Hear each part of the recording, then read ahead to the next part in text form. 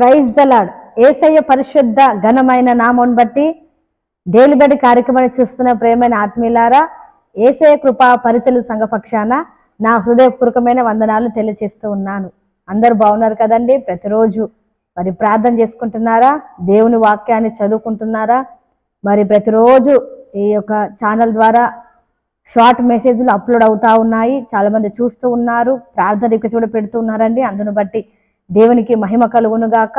ఇంకా మీకు తెలిసిన వారికి ఈ లింక్ని షేర్ చేయండి. తద్వారా వాళ్ళు కూడా ఉదయమే దేవుని వాక్యం విని వారి యొక్క మరి కార్యక్రమాలు వాళ్ళు ప్రారంభిస్తారు. కాబట్టి మీరందరూ కూడా గుర్తుపెట్టుకోండి, సబ్స్క్రైబ్ చేసుకునండి, మీకు తెలిసిన వారికి షేర్ చేయండి. సరే అండి, మంచిది. మరి ఈ దినానికి దేవుడు మనకి ఇచ్చినటువంటి వాక్య భాగాన్ని చదువుకుందామండి. మీరు అందరు సిద్ధంగా ఉన్నారు కదా?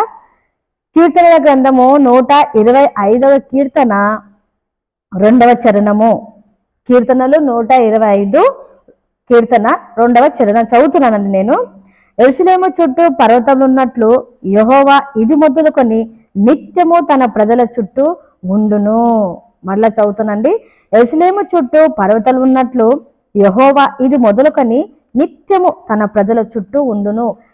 పరిశుద్ధ గ్రంథంలో చాలా పర్వతాలు ఉన్నాయండి, చాలా పర్వతాలు ఉన్నాయి. అరారాతు పర్వతం ఉంది, ఒలివ పర్వతం ఉంది, కర్మెలు పర్వతం ఉంది, కల్వరి పర్వతం, సినాయి కొండ, ఇవన్నీ మోరియా, ఇవన్నీ చాలా పర్వతాలు ఉన్నాయి. కానీ ముఖ్యంగా యెరూషలేములో మందిరము చుట్టూ, యెరూషలేము ఉన్నటువంటి మందిరం చుట్టూ 7 పర్వతాలు ఉన్నాయండి. ముఖ్యమైనవి, పెద్దవి 7 పర్వతాలు ఉన్నాయి. అవేంటంటే మోరియా పర్వతము, కెసెద్ పర్వతము, స్కోపాస్ పర్వతము, ఒలివ పర్వతము, అలాగే ఒఫెల్ పర్వతము, సియోను పర్వతము, కల్వరి పర్వతం. ఇలాగా 7 పర్వతాలు యెరూషలేము చుట్టూ ఉన్నాయి. ఎందుకు పర్వతాలు ఎందుకు ఉన్నాయి? దానివల్ల మరి ఉపయోగాలు ఏంటనంటే, పర్వతాలు ఉండడం వల్ల ఆ యొక్క యెరూషలేము చుట్టూతో ఉన్నటువంటి అన్య దేశస్తులు యెరూషలేము మీదకి రాకుండా శత్రుల బారి నుండి కాపాడబడడానికి ఆ యొక్క పర్వతాలు ఉపయోగపడుతూ ఉంటాయి. అలాగే మన దేశం కూడా పర్వతాలు చాలా పర్వతాలు ఉన్నాయి. కానీ ఒక పర్వతము, చాలా పెద్ద పర్వతం మనకు అందరికి తెలుసండి. ఆ పర్వతం పేరు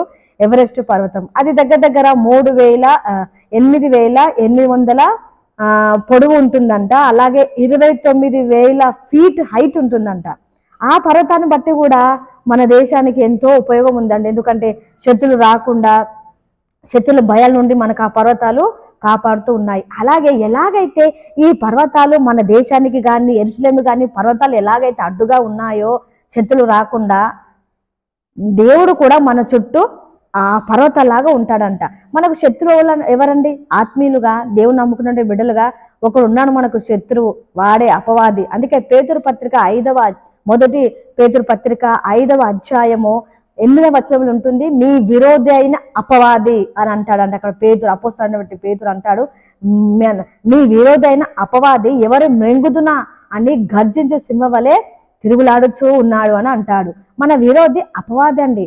ఆ అపవాది అన్నటువంటి విరోధి నుండి మనల్ని కాపాడడానికి మన దేవుడు, మన ఆరాధ్య దైవమైన యేసయ్య ఎలా ఉంటాడంటే పర్వతముల లాగా. చూడండి, ఏంటి మనం చదివిన భాగం ఏంటంటే, యెరూషలేము చుట్టూ పర్వతం ఉన్నట్లు యెహోవా ఇది మొదలుకొని నిత్యము తన ప్రజల చుట్టూ ఉండును. మన అపవాది అనేటువంటి సాతాను మన మీద దాడి చేయకుండా, మన మీద వాడి యొక్క కుట్రలు మన మీద ప్రయోగించకుండా, వాడి అగ్నిబాణం మన మీద ప్రయోగించకుండా, మన మీద వాటి ప్రభావం పడకుండా, వాడి ఉచ్చులో పడకుండా ఎలా ఉంటాడంట దేవుడు అని అంటే పర్వతం లాగా ఉంటాడంట. అయితే మరి దేవుడు అలా ఉండాలంటే మరి మనం ఎలా ఉండాలండి? మొదటి వచనం చూడండి. యెహోవా యందు నమ్మిక ఉంచువారు కదలక నిత్యం నిలుచు సియోను కొండెవలే నుందురు. ఎవరు? యెహోవా యందు నమ్మిక ఉంచిన వారు, యెహోవా యందు ఆధారపడ్డవారు, దేవుని నమ్ముకొని, దేవుని మీద ఆధారపడి, దేవుని మాత్రమే ఆధారం చేసుకొని జీవిస్తున్నటువంటి వారికి దేవుడు ఎలా ఉంటాడంటే పర్వతం లాంటి కాపుదలగా ఉంటాడంట. హల్లెలూయా, హల్లెలూయా. ఇది మొదలుకొని దేవుడు మన కుటుంబాలకు పర్వతాల లాంటి కాపుదల అనుగ్రహించునుగాక.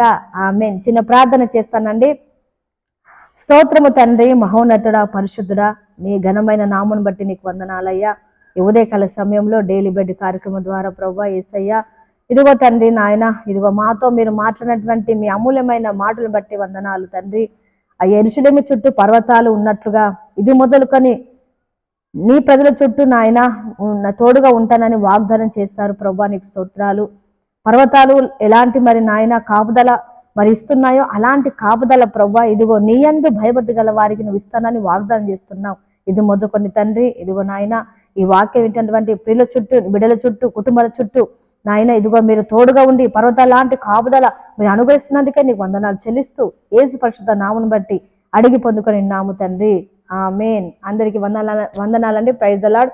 ఈ దినమంతా యేసయ్య విశేషమైన కృప కాపుదల మనందరికీ తోడే ఉండును గాక. మరి ముఖ్యంగా ఈ రోజు మీరు తలబెడుతున్న ప్రతి కార్యాలు యేసయ్య సఫలపరచును గాక. ఆమేన్.